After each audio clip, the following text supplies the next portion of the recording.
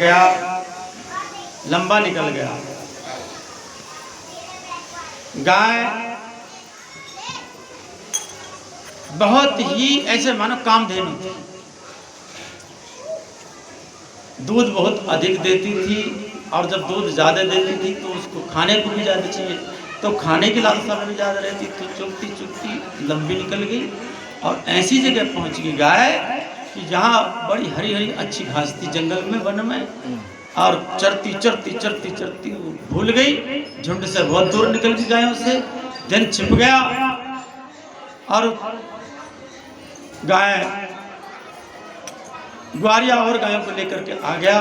दिन छिप गया, थोड़ी देर में जब चली तो देखती है कि एक शेर आ रहा पीछे से। शेर भाग गया उसके तरफ, उनने समझ लिया कि आ गया, आज तो खा लेगा शेर। गाय भागी जान बचा करके, जैसे ही भागी सामने से एक नाला था और उसमें बड़ी दंदल थी। नाले में गाय जैसी भागी, नाले में दंदल में जाके फंस गई। जैसे ही शेर आ रहा था, शेर ने विचार किया कि तू तो इसका आगे से घेरो, इसका रास्ता आगे से रोक। उसे थोड़ा दूरी काट के आगे से, जो उसने दूरी काटनी चाहिए तो वो नदी वहां तक भी थी, और उसने जैसे छलांग मारी शेर ने, तो वो भी उसे दंदल में घुस गया,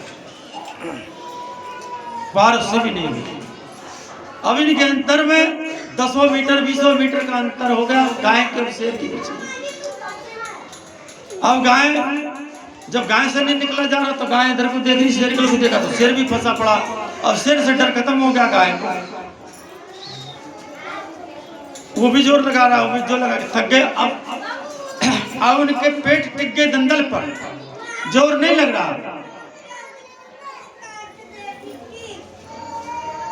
गाय शेर बेचैन हो रहा कि भला फंसा, अब तक तो तू छक भी गया होता, खा लेता उसको, पीछे से जाता तो उसके पास ही जाया गिरता तो खाता तो रहता, पड़ा पड़ा, और अपनी गलती को बचता रहा। गाय ने शेर से कहा कि भैया शेर क्या, ये तो सब भगवान की लीला है, पर एक बात बता, अब तू भी फंस गया, मैं भी फंस गया, तेरा काम बनने से चपड़ गया, अभी बता तेरा कोई मालिक है?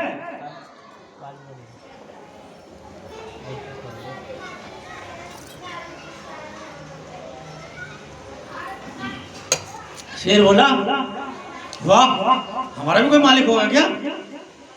हम तो खुद राजा हैं, कि तो मालिक है अपने आप। हमारे सामने के बच्चों की नहीं टिकती, हमारा कोई मालिक नहीं। अच्छा, तेरा कोई मालिक नहीं है? चल अच्छी बात है, नहीं है कोई मालिक, पर भैया मेरा तो मालिक है। उसने कहा मेरा मालिक है, मेरे मालिक को पूरी रात नींद नहीं आने की तलाश करेगा, क्योंकि मैं इसी रास्ते से निकल आई कि उसकी ध्यान ही नहीं आना कहीं।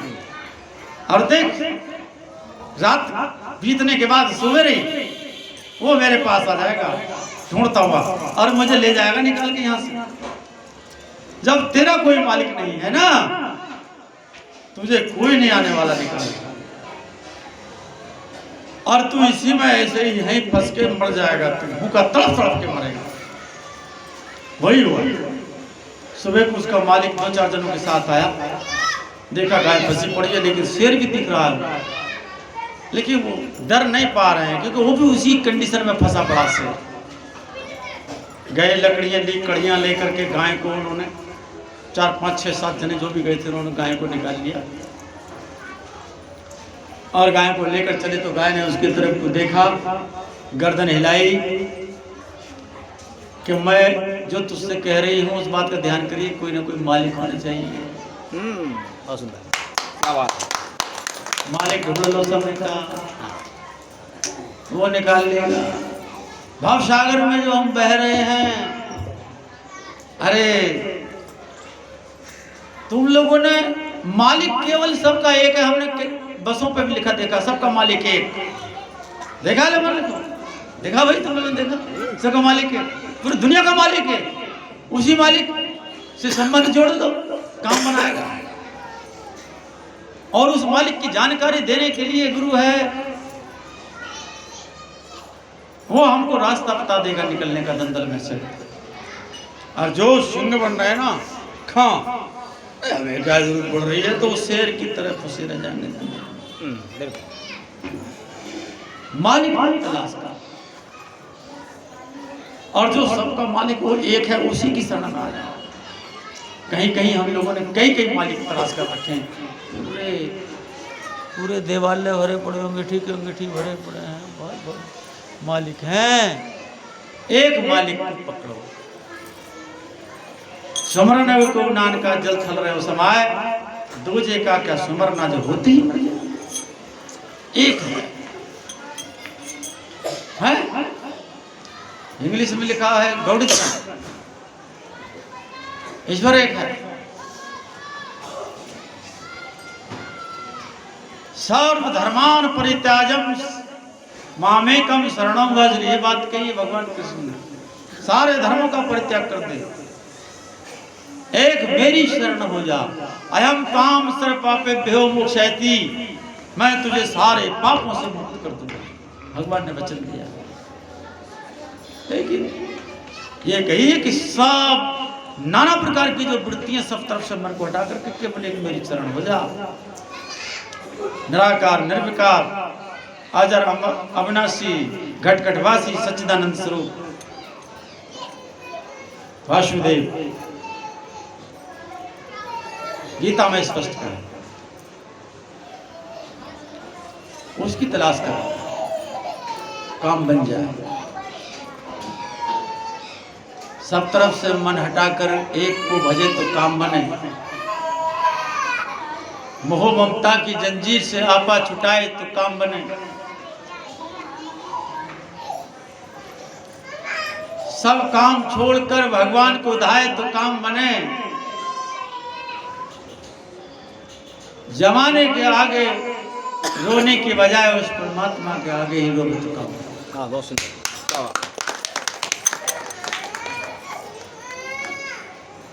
रोते फिर बिलखते फिर, दुनिया वालों से मत सुनाओ। सुनने के लिए बैठा है घट घटवासी, हर घट में बैठा है, लेकिन हम उसको सुना नहीं पा रहे हैं। द्रौपदी ने सुना दिया घटवासी को। घटवासी जब कहा, जब तक द्वारकावासी कहती रही तो ना आए। तुम रोज राधे राधे कह रहे हो, वहां से कहाँ आएंगे? वृंदावन से। द्रौपदी इस बात को पहले ही परख गई थी कि सुध लीजो द्वारकावासी।